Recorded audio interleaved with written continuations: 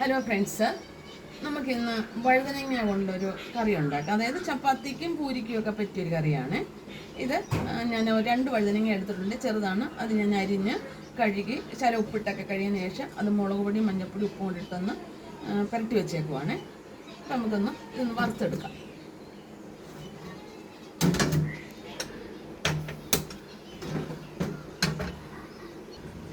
ഞാൻ സ്റ്റൗ കത്തിച്ചിട്ടുണ്ട്, പാത്രം വെച്ചു, എണ്ണ ഒഴിക്കുകയാണ്. ഒന്ന് ചെറുതായിട്ടൊന്ന് വറുത്തെടുത്താൽ മതി. നമ്മൾ ചില്ലി ചിക്കനൊക്കെ എടുക്കത്തില്ലേ, അതേമാതിരി. പാൻ ചൂടായി ഞാനിതൊന്ന് എണ്ണയ്ക്കകത്തോട്ട് ഇടുകണ്ട.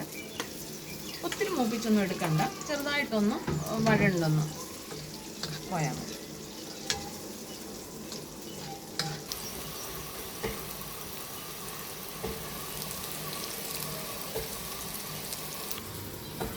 നമ്മുടെ വഴുതനങ്ങ ഒന്ന് മൂത്തിട്ടുണ്ട്, പച്ചമണമൊക്കെ ഒന്ന് മാറിയിട്ടുണ്ട്. ഒത്തിരി കരിഞ്ഞെടുക്കണ്ട, അതിന് കോരിയെടുക്കുവാണേ.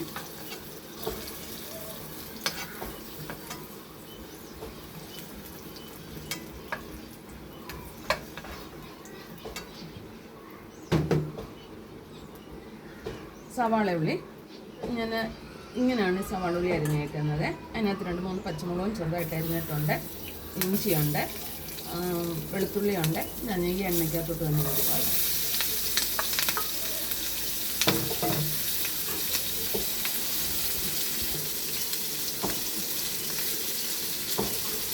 ഉപ്പ്,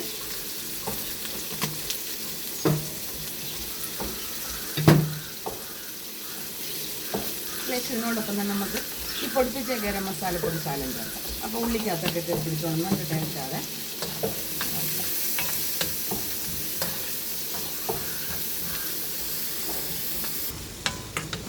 രണ്ട് തക്കാളിക്ക് എടുത്തിട്ടുണ്ട്. അതും നമ്മുടെ ഉള്ളിയൊക്കെ അരിഞ്ഞതുപോലെ തന്നെയാണ് അരിഞ്ഞത്, ചെറുതായിട്ട് അരിയണ്ട.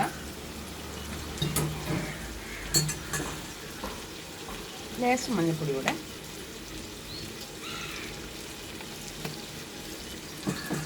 ഒഴിച്ചിട്ടും കൂടെ ഒന്ന് വഴറ്റി വെക്കാം.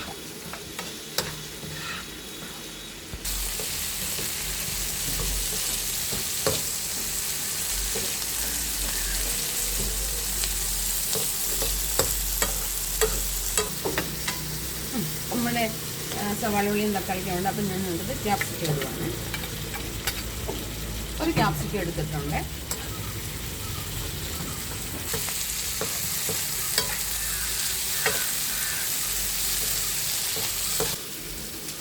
നമ്മുടെ ഇത് കറിയുടെ എല്ലാം ഒന്ന് വഴണ്ടിട്ട് ഞാൻ മുളക് പൊടി ഇടുവാണ്.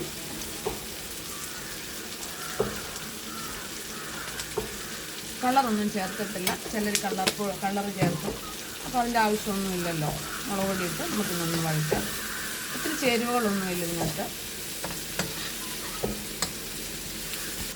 നമ്മൾ വറുത്തെടുത്ത വഴുതനങ്ങയും കൂടി ഞാൻ ഇതിനകത്തോട്ട് ഇടുവാണ്. ഇതിനകത്തോടെ നിന്ന് വഴണ്ടിട്ട്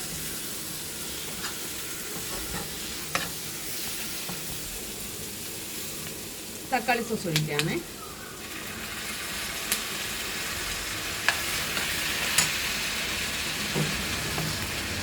സോയാ സോസ് കൂടെ,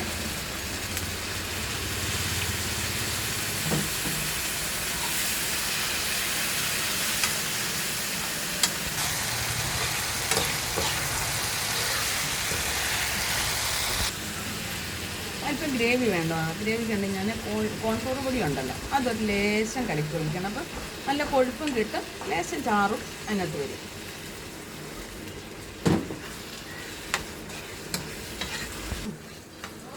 നമ്മുടെ വെജിറ്റബിൾ കറി റെഡി ആയിട്ടുണ്ട്. ഇത് ചപ്പാത്തിക്കും നല്ലതാണ്, പൂരിക്കും നല്ലതാണ്. നല്ലൊരു കറിയാണിത് കേട്ടോ.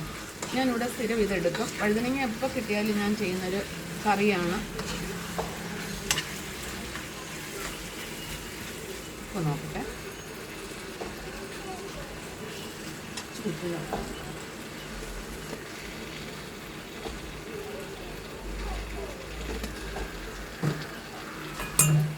വലിയല്ലേ.